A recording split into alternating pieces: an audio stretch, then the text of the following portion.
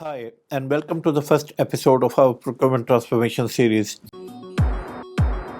In this episode, we will actually go through the overview of Procurement Transformation Framework as established by myself, essentially a few years ago when I was working for charitable sector. You should be able to see it on your screen somewhere over here. And in this framework, we are looking to do, or we are looking to teach essentially the senior leaders who are trying to basically transform their procurement departments from where they are to where they want to get to, the key elements and key components that they have to go through essentially to work out what they need to work out. There are four main elements. One is procurement function maturity. This element basically shows you how mature is your function in terms of procurement, how mature are the people, how mature is technology, how mature is your process, how mature is your thinking around environment within the organization, within the procurement culture itself. Are you producing ROI, for example? Are you good at ethics, for example?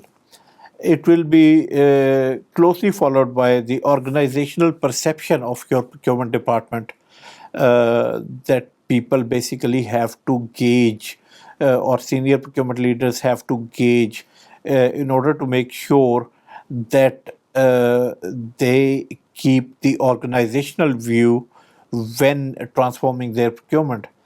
The third main thing that we need to be focusing on, or third main component essentially, is the external comparison. So basically, you need to compare yourself with the other organizations. In UK, for example, you need to compare yourself with the other public bodies if you're working with the public body.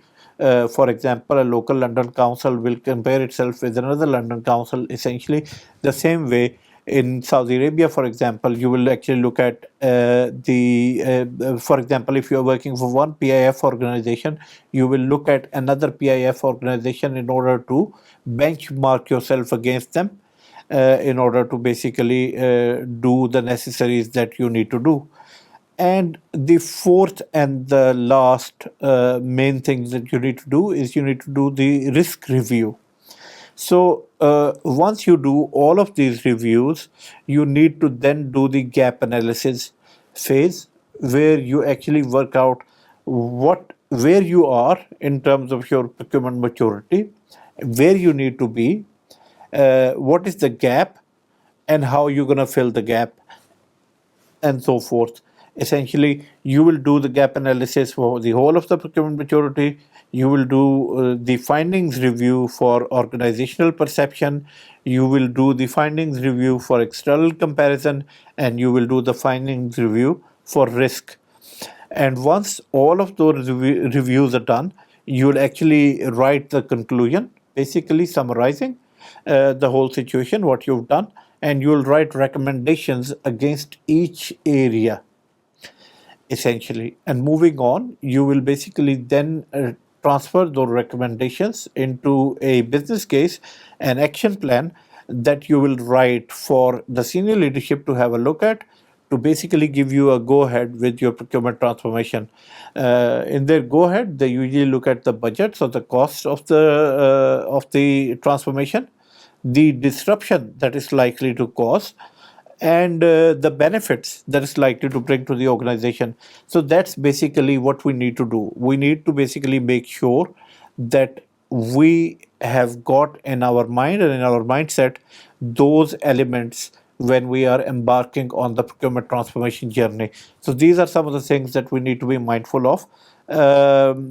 And obviously, we have to look at AI, as AI is coming in and it can provide leaner structures when we are thinking about transformations. So we need to make sure that we basically engage with the AI as much as possible as we go along.